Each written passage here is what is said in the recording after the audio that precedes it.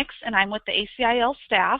I'd like to welcome you all to today's webinar, Analyzing the 2016 Election. Before we begin, I'd like to review a few points of protocol so that you'll get the most of your webinar experience. Remember, you are listening to this webinar via a conference service. If you are disconnected, repeat the steps that were given to you by the GoToMeeting email. In order to reduce background noise, please be aware that all participant lines are muted throughout the webinar until the Q&A sections during the presentation. The presenter will pause at the end of each section, at which time the lines will be unmuted and you will be free to ask any questions you may have. Please note that today's program is being recorded. Now it is my pleasure to introduce our presenter, Mr. Michael Oscar. Michael Oscar is a managing partner at Gray & Oscar LLC, a firm with more than 3 decades of combined Capitol Hill experience. Prior to this partnership, Mr. Oscar worked in the public sector for 12 years, most recently as a senior legislative and political staff to U.S. Senator Arlen Specter, where he worked for 8 years. His tenure as congressional staff has spanned both Republican and Democratic offices, giving Mr. Oscar a unique set of contacts and networks to access on behalf of his clients. Mr. Oscar's diverse political experience began as Deputy Political Director to Congressman Borski and continued as policy analyst for Governor Edward Rendell's first gubernatorial race. While serving on Senator Specter's staff, Mr. Oscar served as his Central Pennsylvania Political Director during his 2004 campaign and continued as his Southeastern Pennsylvania Political Director in his 2010 campaign. Additionally, Mr. Oscar served as campaign manager for Congressman Michael Fitzpatrick in 2006. Beyond his Capitol Hill experience, Mr. Oscar held assignments with the Naval Surface Warfare Center's Carteret Division, the U.S. District Court, the U.S. Department of State's Office of Legal Advisor, the Smithsonian Institute in Washington, D.C., and currently serves on the Franklin Institute's Board of Governmental Affairs. Before entering public service, Mr. Oscar was a secondary education instructor at Abington Senior High School and Father Judge High School in Philadelphia. He received his Bachelor's of Arts from LaSalle University in History and Secondary Education. Michael resides in Glenside, Pennsylvania with his wife Shannon and 3 children, Liam, Abby, and Lily. Ladies and gentlemen, please welcome Mr. Mike Oscar.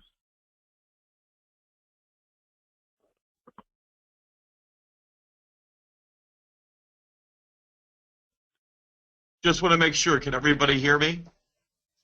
Or Jessica, can you hear me? I just want to make a sound check on that. Okay, great. Yes, we can hear you. Thank you so very much. Well, thank you, everyone, and thank you for that great introduction. I'm very excited to be with you this afternoon and look forward to in providing this presentation this afternoon in preparation for it. A lot has happened and continues to happen. Again, today we saw yet another action by the current new president, President Trump, dealing with the Keystone Pipeline and the Dakota Access Pipeline, where he's authorized it to advance forward. This is in a series of different actions he's taken since he's been inaugurated into office as of last Friday. Yesterday we saw that he took the opportunity to call in major corporations such as Ford, sat down with those industry leaders to keep and build America's jobs. And then he also called in the members of the building trades to the Oval Office as well to talk not only to the management side but labor side, and signed immediately actions dealing with the health care law earlier on Saturday. So with that said, we're hitting the ground running. This presentation primarily will deal with the impact of this recent election as I see it, as well as the impact on the executive branch, and then what I believe, based upon your potential legislative issues in 2017 and beyond. As Jessica alluded to, my legislative background of serving on the Hill, Capitol Hill, for 10 years. For senior members, Senator Specter was the longest serving senator for Pennsylvania, well over 30 years. Served on senior committees, obviously was the chairman of the Judiciary Committee, very impactful for the Supreme Court. I highlight that because of not only of the legislative side but of the regulatory side that I know your association deals with. He had direct contact with, whether it was Department of Labor, Department of Human Services, etc. And during my time working for him, I'd worked on legislative issues dealing with labor, agriculture, healthcare, transportation. And when I came out about 7 years ago, I went into partnership with Bob Gray. Bob Gray has been in Washington since 1974 and started the firm in 1990, and the firm now is going into close to 27 years in business, Gray and Oscar. And so we pride ourselves for the work that we do. We're a boutique firm, but we're very results-oriented and work very hard on behalf of our clients, which deal with the issue areas I just addressed and a few others dealing with environment and energy. So when I was reviewing your background and talking initially with Richard Bright to present today, I saw a lot of synergies for the work that we're currently doing within our scope of work at the firm and the work that you're doing as an association, both at the regulatory and legislative levels, and that's why I felt pretty confident in presenting today. Again, these are just my projections. I guess you could consider them my opinions, but I try to eliminate the opinion and put some facts into that. I did mention the fact that I worked for Senator Specter, but previous to that I also worked for a senior member, Congressman Bob Borski, who served for 20 years in the House, a Democrat, who was second in command of the Transportation and Infrastructure Committee in the House. So I've been through quite a few highway bills. I know the impact it has not only on construction but on labor management and the work that it includes as far as infrastructure is concerned. And then I had a brief period of working, as Jessica mentioned, as a campaign manager for Mike Fitzpatrick, who ran, lost that election. I lost that one in 2006, unfortunately, but then he came back, and now his brother, Brian Fitzpatrick, is serving in Mike's seat. So I give you that as a flavor because I've worked on the Democratic side, I've worked on the Republican side, I've worked at the state level working for Governor Rendell at that time, running for his election, and I've obviously spent some time on the federal level. I give you that in terms of context because, as far as I'm concerned, it's not about the party. It's about the impact of trying to get to the middle and trying to prove and get results accomplished. And that's, again, goes back to what I said initially. So with that, I will move forward on the presentation, and I look forward to your comments and questions when we come up to that. This presentation, if you hadn't had a chance to look at it, obviously, and if you have, there are breaking points between different sections that will allow us the opportunity for you and I to have a little dialogue about what I presented. Moving forward, the 2016 election was the biggest political shock in living memory. I think many of you would agree with that. Donald Trump won the presidency on November 8th, defeating Hillary Clinton despite her lead in the polls on Election Day. I think many of us have heard the stories, anticipated a different result.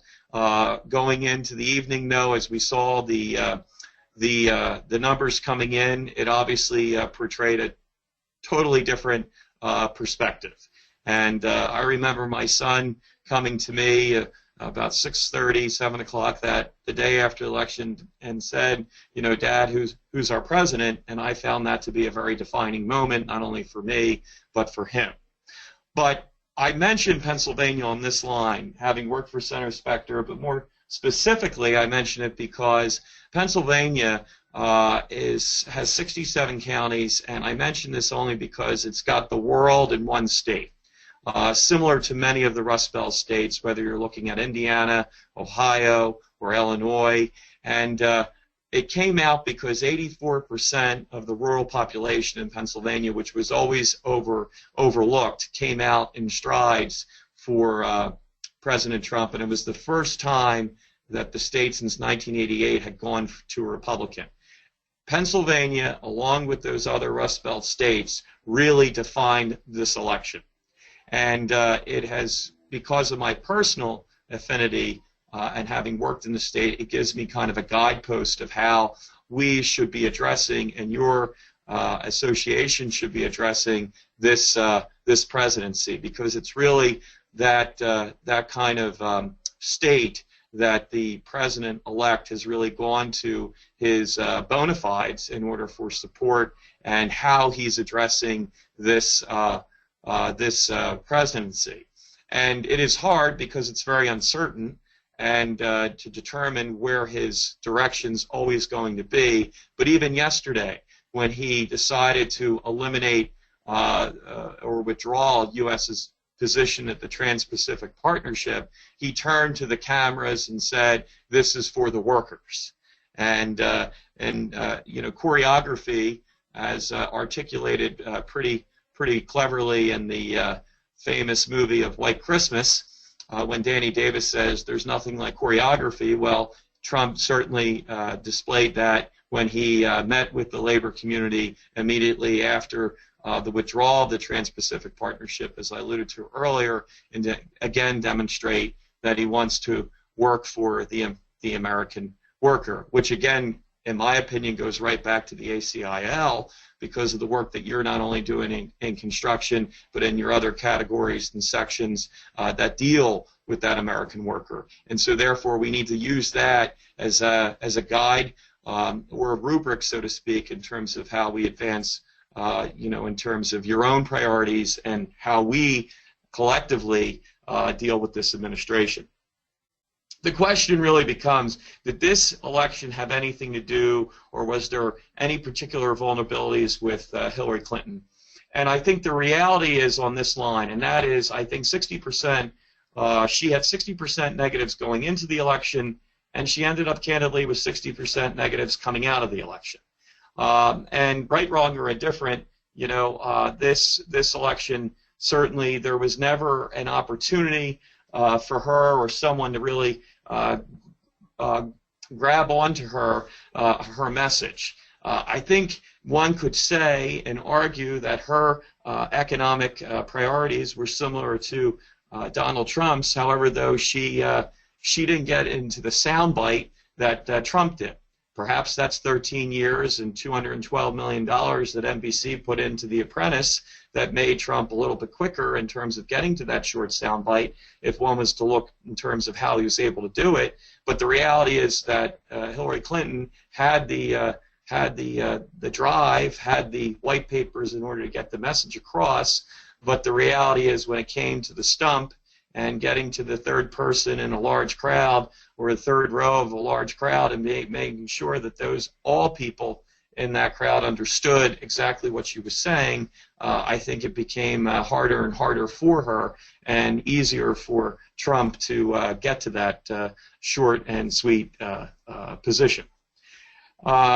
How much of this involved the opposition of future women in the race and what they might face, that remains to be seen. But the reality is that women currently hold 1/5 of the Senate and the House, along with 6 governorships, which needs to grow incredibly, and we'll look to see how that plays out. This is the first time since 2000 that the Republican Party controls the White House and both the House and the Senate. There has been very much questions about the Electoral College, but for the past 200 years, as there's been over 700 repeals or reform proposals that have been offered, but never have come to fruition. So in essence, we now have a Congress. 469 seats were up in this last election, but we now have a Congress of the Senate 52 to 48 and a House of 241 to 194. Now, one could say the House's numbers are high because of the redistricting that occurred in 2010 and the redistricting that will occur in 2020, because every 10 years the census, they take a redistricting plan and look at these congressional seats to make them dependent on the state party and who has control of the state party, dependent on how they're going to draw those districts. But I go back to the Senate. For many of us, I think the voice of reason will be the U.S. Senate, and I think it is because of those numbers, 52 to 48.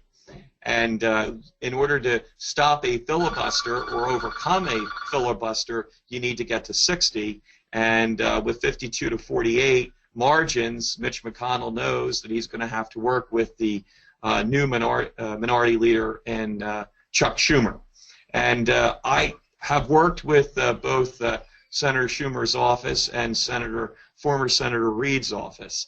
I have to say personally, I'm a little more energized in working with Senator Schumer's office because I find that he being a former prosecutor, and again mentioning my own previous background working for Senator Specter, when you're dealing with a former prosecutor, it's a little bit easier if you give him the facts and take out the opinions and just get to the root of the issue. I think he's more inclined to be helpful. He's been very helpful to me on a lot of different lines in dealing with some of our clients, specifically even on immigration reform.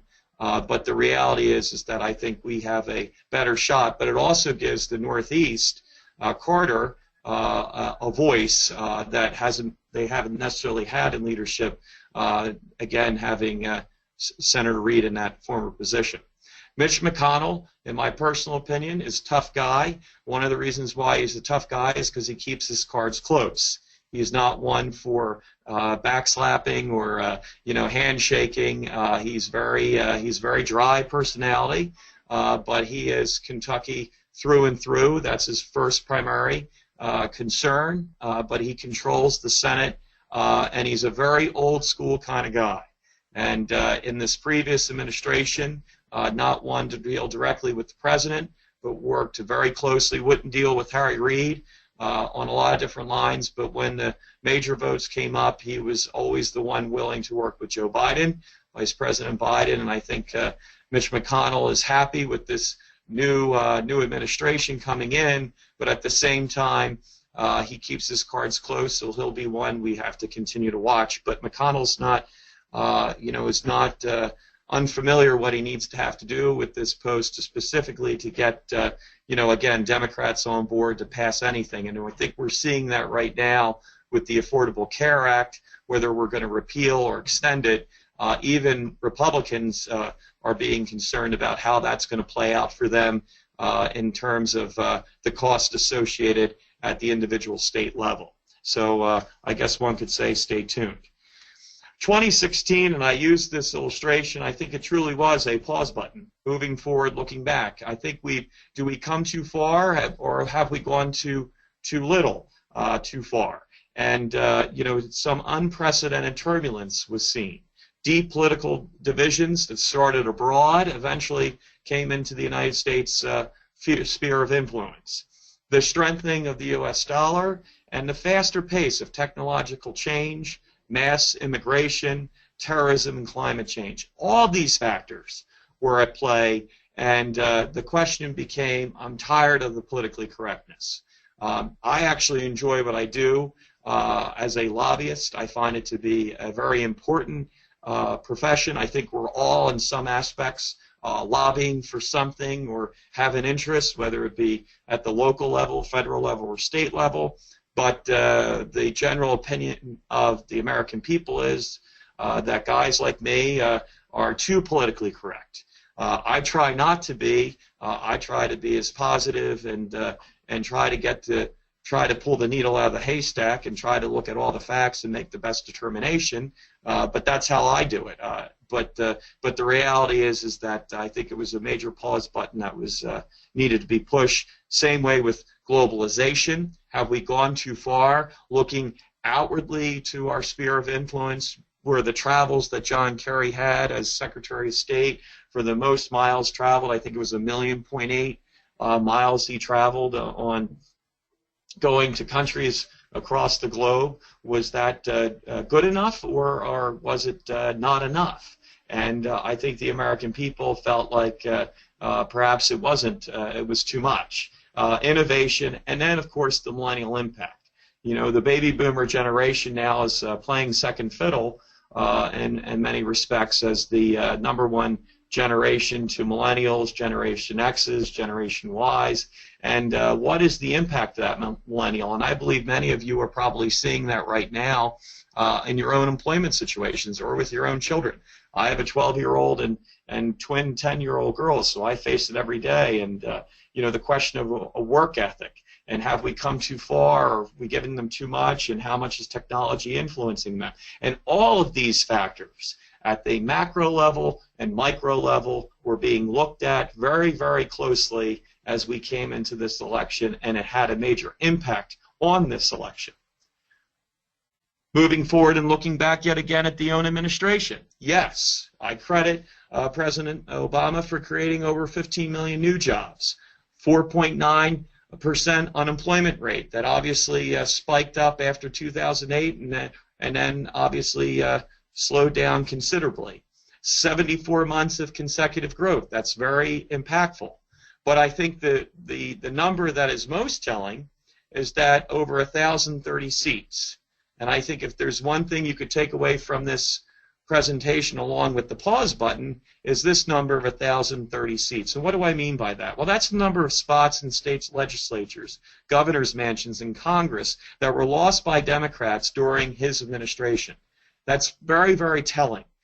We almost had two agendas within the Democratic Party, one that satisfied President Obama and one that satisfied the electorate with their members of Congress and their state and local legislators. Democrats hold the governor's office and both legislative chambers in just coastal states, which again is very telling. So that means the middle part of America is no longer heavily influenced by the Democratic Party. The Dixiecrats of the South now have gone Republican. And therefore, Oregon, California, Connecticut, Rhode Island, and Delaware will remain Democratic strongholds. But for you, I would think in your profession, it is always good to know where your leadership stands, whether it be at the business or industry level, just like in politics, because in some respects, yes, Oregon, California, Rhode Island, and Delaware could become and are safe Democratic seats. But the reality is that when you have a safe seat one way or the other, Republican or Democrat, you know where that individual stands. But when it comes to those tough votes, or perhaps in your industry, those tough choices, you know, I'd rather see some changes go on and see and get a better thought process of where they're coming from, as opposed to just giving me 100% vote on this issue every time, all time, but yet when it comes to the more important votes or choices, they're less than lackluster. Republicans have the trifecta.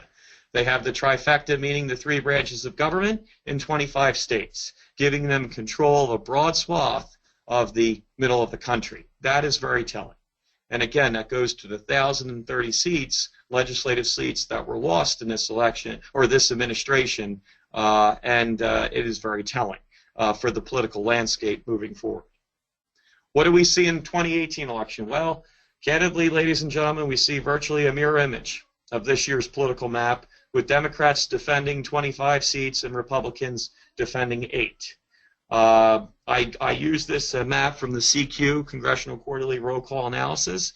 As you can see on my left-hand side, you'll see solid seats favored by the Democrats. We've already highlighted a few, but again, very coastally based seats, and including Hawaii, Washington State, Vermont, etc. And then you can see where Obama lost. The GOP won presidential vote in looking at Indiana, Missouri, Montana, North Dakota, and West Virginia. Very tough race. Senator Manchin is going to have a very, very tough race in West Virginia, but he's well liked, despite being a Democrat in that state. And now, although the majority of the voters in that state have turned Republican, I think he could be successful in his re-election bid. But the reality is it's going to be a tough fight, just the same thing for Senator Casey in Pennsylvania, et cetera, et cetera. And looking forward to competitive races in Florida, Ohio, Virginia, and Wisconsin. And again, these are states that are greatly impacted by the loss of jobs, the loss of technology, and the global expansion our country has been influenced by. So before I go any further into the Trump presidency, just giving you a sense of the 2016 election, and I open up any comments or questions in my initial remarks on this presentation if there are any.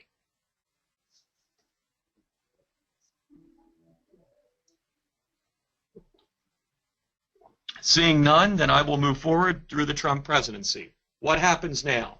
What prevails? That's a good question. And I think we're learning every day what mood prevails. We saw that we inaugurated a president on Friday, a new president, and on Saturday we had one of the largest marches for one specific gender in terms of women marching on the mall and throughout the country, over 1 million plus people throughout the United States in opposition to this current presidency. So what mood prevails? I think that question is left to be answered, and we will hope to try to answer that within the first 100 days of this administration, and also as we look to the Congress. One of the things that I find interesting, and this is just my opinion based upon the analysis, but you know, when we talk about the impact of women and the opposition that they protested the Saturday after the election, and they're looking for revitalization of the Democratic Party, I don't disagree with them. But one of the things that I think is very challenging that happened immediately after the election is this. You have right now in the Democratic leadership on the House side, Nancy Pelosi, Representative Clyburn, and Representative Steny Hoyer from Maryland. All of them are 75 years or older. Nothing wrong with age. My business partner is in his twilight years as well, and he works harder than I do. But the reality is that if you're looking for change and you're looking for revolution, that's very telling to see, is the Democratic Party willing to do that. Also, too, President Obama has decided to spend his time out of office rebuilding the party, making Organizing for America and his upcoming foundation a priority in terms of party building for the Democratic Party. How that plays out remains to be seen. But again, the numbers are very telling, and it's interesting to say. Now, one could say also, too, in the Democratic Party within the House that change is not surprising, or the lack of change is not surprising, based upon the tradition of working with these members and having relationships. But then again, it goes back to the so-called Trump voter that says, well, we want to vote all these guys out, and because we want to change things up. So we'll see what happens. Something new has happened, and something new is being tried. To my second point, and again, we will see how that plays out. We are definitely in uncharted territory, and we don't know necessarily what the course is going to be. And I think we're seeing that right now, and I'll get to that in the next slide in terms of how the positioning of the new cabinet secretaries, where their nomination process will go. But what I find very interesting is the opposing sides. That is, the opposing sides of the secretaries that are being confirmed in this new administration to the president and his positions. Or if not only the opposing sides within those nominations for the administration, but also the opposing sides in terms of how the congressional leaders will influence that. So we will stay tuned to see what happens. Big battles with Congress, no doubt about that, on the horizon, and within Mr. Trump's own party, very conservative group, the Republican Study Committee. That is one of the most conservative. The Freedom Caucus, additionally, very conservative.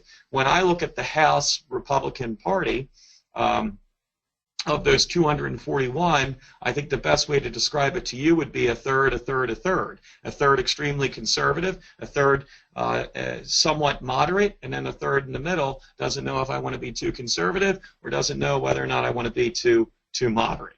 And it's very challenging. I compliment almost every day Speaker Ryan and the work of former Speaker Boehner in trying to keep the caucus together. Very tough job. Very, very tough job. And I will tell you, I've worked for members of Congress, but I'll be the first one to admit I did not work for members of Congress that were in leadership, meaning the Republican or Democratic leadership. They worked for their constituencies. So I'm not cut from the leadership cloth of either party, and I don't see things, as I alluded to earlier, in a party view. I see it more as just cut to the chase. Let's get to the bottom line and get some results. Again, is this administration going to be economically nationalist, or are they going to be populist? And Democrats are hoping that Trump has a deal-making perspective, and I think one of those areas, which I think would be very in line with your section on construction terms of infrastructure and how that's going to play out. And then the role of social media. And in my next slide, I go over the use of social media just to give you examples now, because people see social media, especially legislators, see it as a way to control the setting of an event, because they are concerned how the media is going to perceive the event. Again, the dynamic has changed. I point out here in the second, under this main point here, that Trump, over 140 days between him having his first news conference and being elected, he had over 1,500 tweets. That is impactful. I think that for the ACIL, I think it's going to be impactful for you in your communications. How are we using social media? To what extent are we using social media? Do we want to use social media? Those are the questions. And I give examples above that in terms of how members now, for example, the Illinois governor is using Facebook for his press conferences. Representative Congressman Grisham from New Mexico is using YouTube as they run for a gubernatorial seat. Same thing with Utah governor switching his support from Trump on Twitter. And again, of course, President-elect Trump and his use of it. Legislators are always trying to communicate with their voters, and they want to tell the story the way they want to tell it. They want to control it. Because I'll tell you right now, 9 times out of 10, the media doesn't always get it right, and nor do they have the time to get deep into the weeds and understand the facts, which goes back to exactly why your association is vitally important as giving that independent evaluation that's not influenced by federal money, influenced by academia, but influenced by the research that you're doing at your laboratories in your different sections to give the best results possible. I find that to be very energizing. However, when you start explaining yourself, you start to lose votes, which goes back to my original point. If you can't get to the person in the third row of your audience to understand exactly what you're saying, who may not have the education or the wherewithal or the institutional knowledge on your subject area, then you're struggling to get your point across. And once you start that process, it's very hard to get ahead of it. And then we talk a little bit about, just as a fact, in July 2016, through the Pew Research Center in Journalism and Media, 44% of Americans use social media platform regarding the 2016 presidential election, and 29% only relied on the local print in the newspaper. Now, again, based on my own experience, I'm still an old school guy. I like to read the hard copy of the newspaper, and I don't mind the black ink on my hands, but that's that's very non-traditional today. The traditional way of doing it is via other social media, reading on the computer, et cetera, et cetera. But the reality is that this is changing. And but historically, fireside chats through FDR or even President Obama's weekly video addresses on the White House website were other ways of controlling the message at the time in that moment in history. Again, we talked about the confirmation battles. Just give you a little perspective via the faces here, the people you may or may not be aware of that are going for these positions. But I talk a little bit about the opposing sides in this slide in terms of the deficit, the Trans-Pacific Partnership deal, climate change, or relationship with Russia, and then ethanol and fuel. And to step back for a minute, just on the trade situation, President Trump yesterday withdrew the United States from the Trans-Pacific trade deal, but yet Wilbur Ross, his Commerce Secretary, Terry Branstad, his Chinese ambassador, John Mattis, who was just confirmed as Defense Secretary, spoke favorably of the TPP. So again, how will that play out remains to be seen. Also, too, Trump has called climate change a hoax, but Rex Tillerson, during his confirmation process for Secretary of State, has said it's been caused by human errors and human problems. So again, I just give you that. Again, the question of where are we at with Putin, where we are in terms of Russia, and how that's going to play out certainly will have a major impact. But again, just to give you a sense of the opposing sides. With that, I'll pause until we get into regulatory reform. Any questions on the Trump presidency? I'm happy to answer.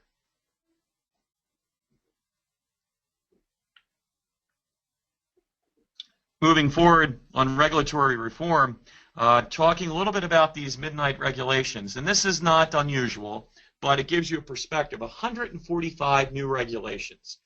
When I was talking to Milt about, I guess it was Friday, about 2:30 on Friday afternoon, this past Friday, Inauguration Day, we talked a little bit about my presentation today, but we also talked about, the influence and where is ACLI, and ACLI's one of the main priorities they deal with is constant regulations, whether it be at Department of Labor, Health and Human Services, Department of Transportation, Department of Veterans Affairs, Department of Defense, EPA, et cetera, et cetera.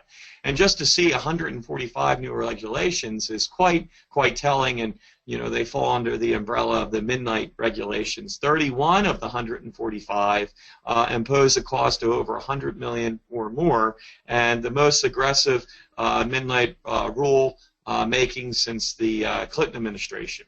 Now, Congress, under the Congressional Review Act of 1996, can kill new regulations on a simple majority vote within 60 working days of being final, and Congress is beginning that process right now. And the Republican leadership, which is actually going to be meeting tomorrow through Friday, both the House and the Senate, believe it or not, in Philadelphia, to talk a little bit about some of their plans, and they're going to be emphasizing the Affordable Care Act in this, but I'm sure other topics will come up, but the overarching topic will be the Affordable Care Act. But I enumerate just a few here: the Volcker rule, the fiduciary rule, the Clean Power Plan rule, WOTUS rule, and the methane rule. All of these will be under the auspices of the Republican leadership in order to stop them from advancing. And rather than get into all of them, I highlight some of them and what they're about. And again, we'll make this presentation, the PowerPoint presentation, available to all of you who are viewing it right now, so you can go back and refer to it. Moving forward on regulatory reform, the House has passed 6 bills so far. These legislative matters or measures would require agencies to choose the lower cost rulemaking alternative when issuing new rules, again to save not only time but money. Mandate the courts to defer to an agency's interpretation of law when ambiguously worded rules are challenged. This is a very important area. In my opinion, I've worked on these. I've even worked on the difference between what a memorandum of understanding is, a guidance document, a final rulemaking, an open comment period. When is the final rule? What does it mean if it's not published in the federal record? When it is published in the federal record, et cetera, et cetera. So that ambiguity is an attorney's dream for a lot of work to figure out that, but also it causes the process to be held up in terms of any sort of regulation proceeding or not proceeding. And it obviously comes at a major cost.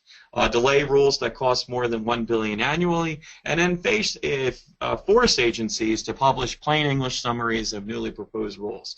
The wordsmithing and semantics, as you probably well know, in these regulations can be quite onerous, cumbersome, and if they were a little more colloquial and got to the point, that when a little more cogent and concise, I think that would be make everyone's life a lot easier. What was the intent of this regulation, and how is this intent of the regulation going to impact me? I put down just some of what we have gleaned in terms of from the transition team, what President Trump will do. He's already issued, as of Saturday, beyond the Health Care Act, but also issued all regulations that have not been signed in the Federal Register will be put on hold until his new administration comes in. I will say that this was not unusual. This was done by the Obama administration when they first came in. It was one of the first executive orders that were issued through Rahm Emanuel when he was chief of staff for President Obama, and obviously President Trump is doing the same thing. And the goal here is any reform with regulations, according to President Trump, again going back to his campaign stomp speech, and that is to save and keep jobs and wealth in America. And then to issue, this one is I find is interesting, and if it comes to fruition, I was especially advising some of my clients in advance of this new administration, looking at a temporary moratorium on new agency regulations that are not compelled by Congress. Very interesting language to be used there, because again, if it wasn't compelled by Congress, or Congress wasn't enacting that regulation, then that regulation would not necessarily have the standing that it had in the Obama administration under this administration. And I know, looking at that specifically at the Waters of the USA rule, that was a lot of contention. So when looking at the way he issued this, well, Trump stated that because if it wasn't compelled, most of these regulations, as you probably know, are not necessarily issued by Congress. Actually, Congress ends up trying to stop the regulations, or if anything, trying to amend them accordingly. And then to decrease the size of an already bloated government after a thorough agency review. And you know, we've already seen that just in his first action about not giving any pay increases or freezing of non-military jobs for federal employees. Okay, any questions on that in terms of regulatory reform? Moving forward, I propose what I believe to be the 115th Congress, based upon what the leadership, both on the House and the Senate, the Affordable Care Act. Interestingly, leading into the inauguration, about Thursday morning, this was Wednesday afternoon of last week, Thursday morning, the Republicans, specifically Senator Alexander, who heads the the HELP Committee, Health, Education, Labor, and Pension Committee, along with the Mitch McConnell, when we were talking initially about and talking with Congressman Price, who's being considered for Health and Human Services, the question of the Affordable Care Act came up, and what people were seeing was in that debate is that the cost. You know, we've lost already 3 insurers, Humana, United Healthcare, and Humana, United Healthcare, and Aetna.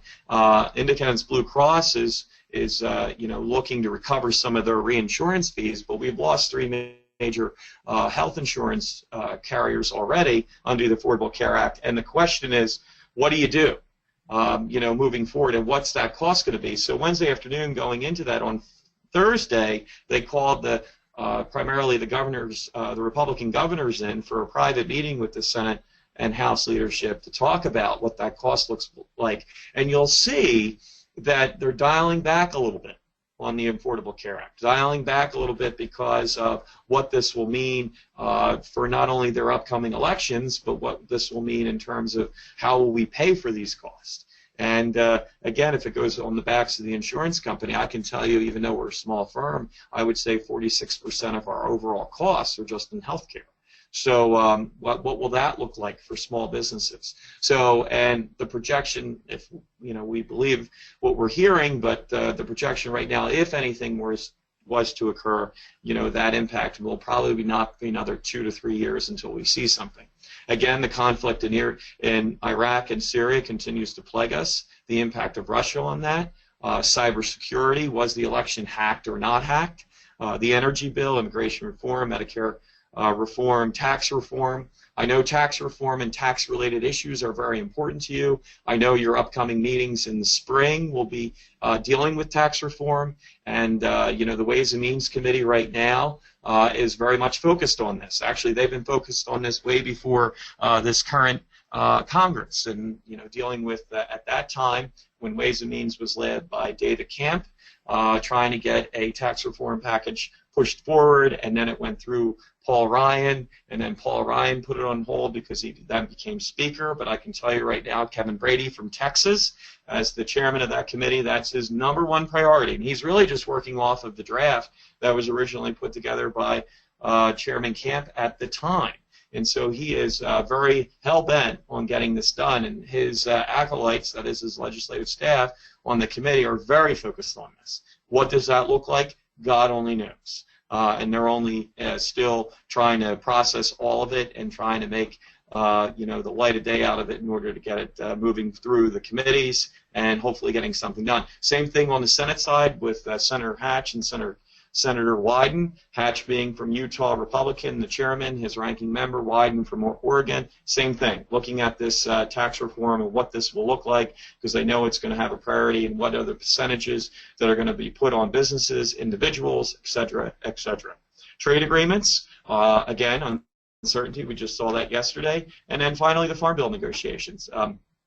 I've been dealing with ag policy now for almost 17 years. My business partner has been dealing with it since 1974, having worked for Senator Jeffords at the time, and et cetera. But I will say that the negotiations are already beginning on the Farm Bill. What will that impact have specifically for you as ACLI, dealing with the Food and Drug Administration, looking at the Food Modernization Act, looking at Child Nutrition Bill, looking at the impact of 80% of the Farm Bill is food stamps, and then we have the commodities and extension and research, and how that all is going to be impacted, and where does Congressman Conaway, as chairman of the committee, look to see this moving forward, and where does the Ag Committee and the Senate see this moving forward as well. So those negotiations are beginning, and whether or not we'll have the Farm Bill on time always remains to be seen.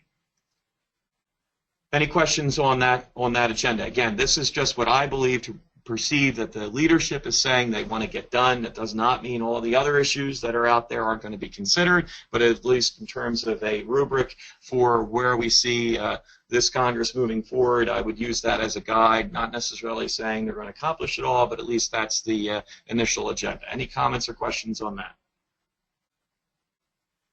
Now, I put down some potential legislative issues as I see them in 2017. I'm just going to speak to them broadly. I will caution this, my statements, by saying that I am still learning these issues on your behalf. I've reviewed some of them with Milt, and will continue to review some of them. Some of them are active issues, some of them are inactive issues. Some of these issues are federal, some of these are local and state. And as these issues continue to move forward, some of them will be, some new ones will be added and some will be deleted. But these are issues that are being impacted not only at the regulatory level but at the legislative level. Let me speak to that. What does that mean?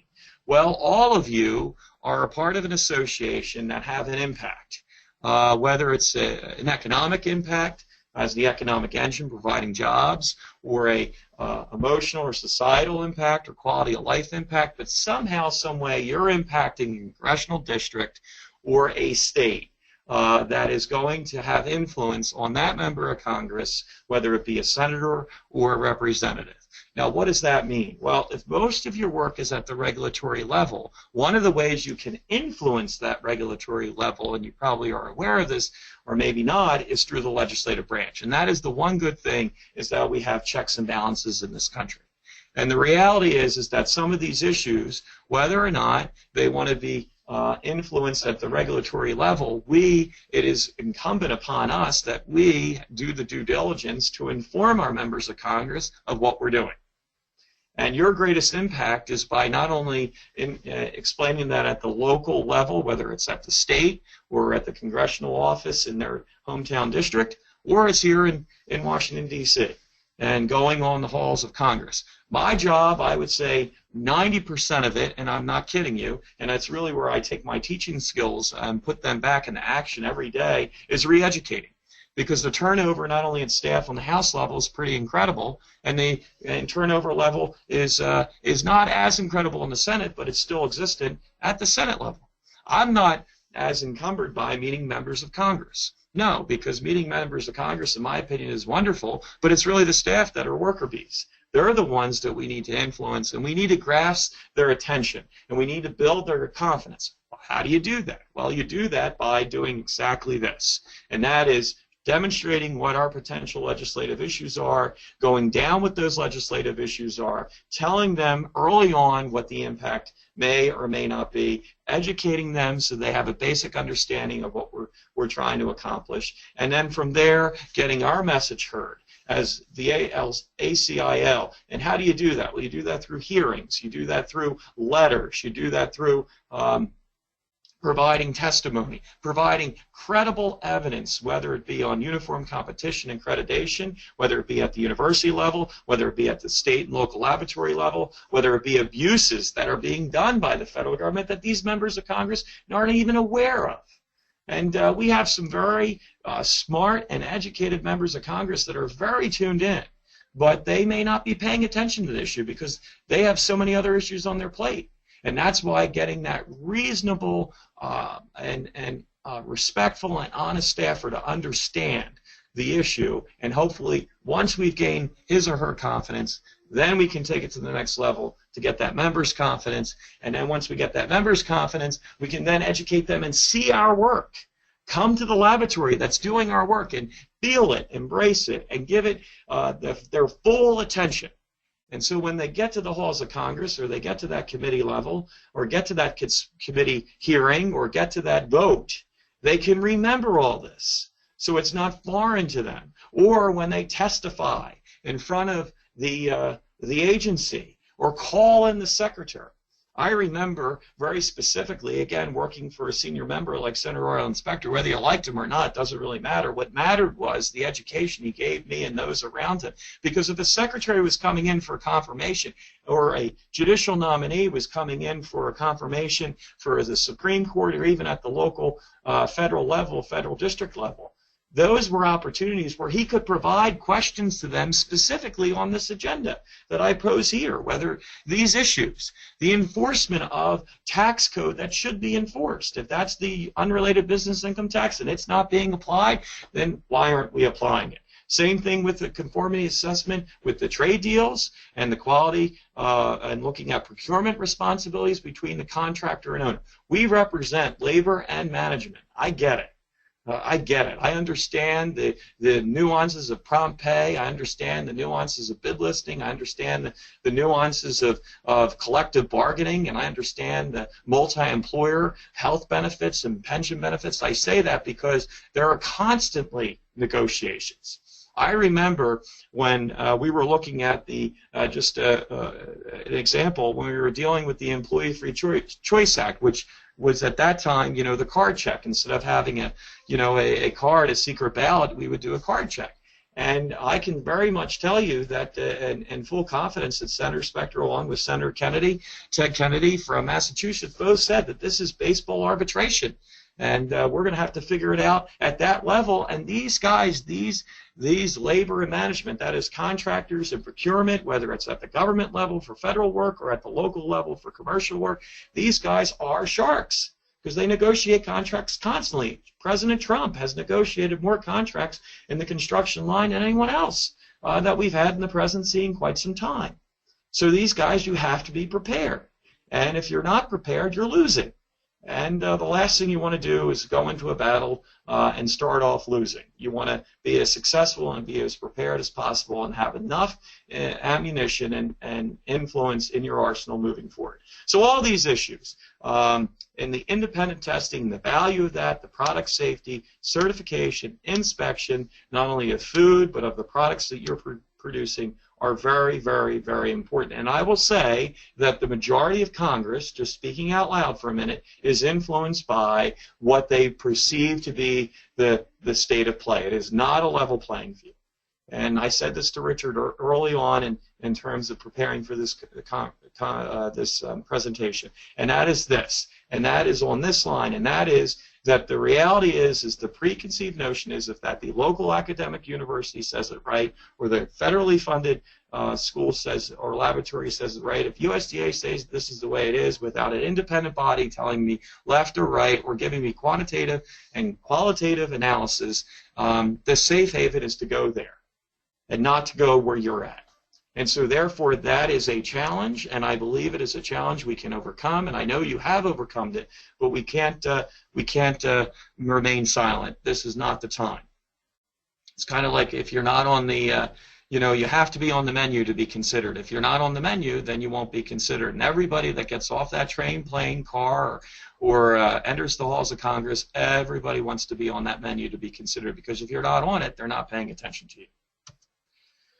Okay, I know the latest letter that I was aware of on the Food Safety Modernization Act. My question for you is, what is your next steps? What do you anticipate happening? Are you meeting with the Trump administration? What have you been told? What is USDA telling you? They just put Purdue in there from one of the last. I thought it was very telling. And again, we do a lot of work in agriculture. Very telling that the last secretary to be nominated, literally the day before inauguration, was the Ag Secretary. And that to me is just mind-boggling, because one of the largest agencies at one time, and and it still is in terms of infrastructure, is USDA in Washington. Where our food, where it comes from, how it's processed, how it's influenced, healthy initiatives, whatever it might be, and the impact of the drug community and the pharma community is incredible. And the FDA has a large responsibility. So I'd love to know, and I'd love to hear from you, what is your next response to that? What is your next response on the testimonies that you provided so far to OSHA? Where, the third-party certificate, where are we at with the Energy Stars program? I saw that a letter was sent to Senator Mikulski and Cantwell. Well, Mikulski's gone, Cantwell's still there. What are we doing about that? What are your next steps? I'd be very interested to learn them. Looking at labeling requirements, OSHA's labeling requirements. Let's not even talk about OSHA's labeling requirements, although they're important, but let's talk about, what Congress just dealt with in terms of the labeling requirements through FDA in terms of the dietary considerations when they were moving that forward in this last round to say, okay, how are we going to determine what the value of this food product is going to be, and how are those labeling through GMOs and genetically modified organisms, et cetera, et cetera. And then again, ACIL's response to governmental accreditation initiative. Where are we at with that? And again, the comments to EPA on the method update rule. Now, again, I know that some of these are older and not as, have seen, need to have some immediate action. Some action has been taken, but I would be very interested to hear what your next steps are, and because I think they're very, very important. And strategically, a part of those next steps, in my strong opinion, would be coming from the legislative perspective. And it is not to say because I'm a lobbyist. I'm saying that simply because of the checks and balances that are inherent to our government with the different agencies. Okay, moving forward, these are the potential areas that the congressional committees, some of them may not be surprising to you, Ways and Means, Appropriations, again, through what can you get done, what can be, remember, you cannot authorize or legislate on appropriations that is a funding bill, so if you're dealing with an authorization such as the Farm Bill, what are you planning to do to insert in the language that would deal with these previous legislative issues, and how are you going about doing that? In my opinion, one of the ways you can go about doing that is, again, going back to those members of Congress that you can influence now in anticipation of making some change and working with these committees, etc. And then again, the agencies that you've already been working with and will be working with and continue to work with. And then finally, I put this little note: just when we thought our Congress was totally useless and dysfunctional, they actually passed something helpful. And I think the jury is still out on that. So with that, thank you very, very much, and I'm open to your comments, questions, concerns, next steps, whatever is on your mind. Jessica, I defer to you. Okay, thank you, Mike, for your presentation. Does anyone have any questions? All the lines have been unmuted. Okay, go ahead. When you talked about the trade issues, that like the Pacific trade issues there, what will happen? I mean, if there's trade issues that are there, will they be stalled out, or will they be, for example, issues with China? As China labs, we compete against China labs, for example. We can't. Yes.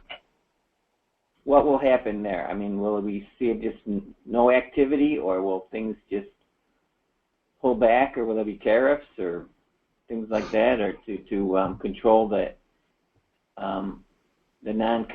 competition aspects of the laboratories? I would say, and again, this is just my opinion based upon the facts, I think if anything with the Trans-Pacific Partnership, we withdrew the U.S. from it, but that doesn't mean, because there's 16 other countries involved in that, that necessarily won't move forward. I think once we get these members confirmed at the administrative level, and I think once the committees get moving forward after we deal with the their issues of the Affordable Care Act, the soundbite issues, once they get through them, I think we will get back on track with these trade negotiations, and China is at the top of the list. There's no doubt in my mind about that. And I think the existing tariffs and the existing negotiations that are currently in place will remain in place, but I think it provides us an opportunity. I think it goes back to what I said in my third or fourth slide, and I don't know your name or who you are, but Paul, forgive me for not addressing you specifically, but to address your question, I think it goes back to the pause button. This is more of, and for lack of a better term, perhaps it's Hillary Clinton's way when she met with Vladimir Putin in Russia. It's a refresh button. You know, it gives us an opportunity now. And this is a very exciting time. Very exciting. And I remain very positive because I enjoy what I do, and I know that you enjoy what you do. But I can tell you right now, this is an opportunity that you've been looking for, because now is the time we can go back, or you can go back, working with Milt and others to get your message across to these members a second time. This is your second chance. And not a lot of times do you have that opportunity to let the members of Congress that are on these committees, to let them know, to let the administration know that there are some unfair practices at the competitive level for accreditation, and our laboratories are suffering because of it, and we need to readdress them in whatever next trade negotiation, because right now nothing beyond specifically dealing with the TPP is off the table. So now we have an opportunity to insert ourselves as part of this debate. But I would say to you that you know, I don't think it diminishes us. I think it revitalizes us to get more engaged and to get involved with it. Does that make sense? Yeah, that sounds good. Right. Mm-hmm. Yeah, I really do. I see it as an opportunity. I don't see it as a negative for you at all. But I would also have to take a moment to really get deep into the weeds to see exactly where, you know, where you have been, where you want to go, and what is currently left in place. And that analysis is very important, but I don't have that on my fingertips. But once I have it, I could prescribe to you a plan moving forward that I think could be successful, you know, and try to make that happen for you. Does anyone else have any other questions?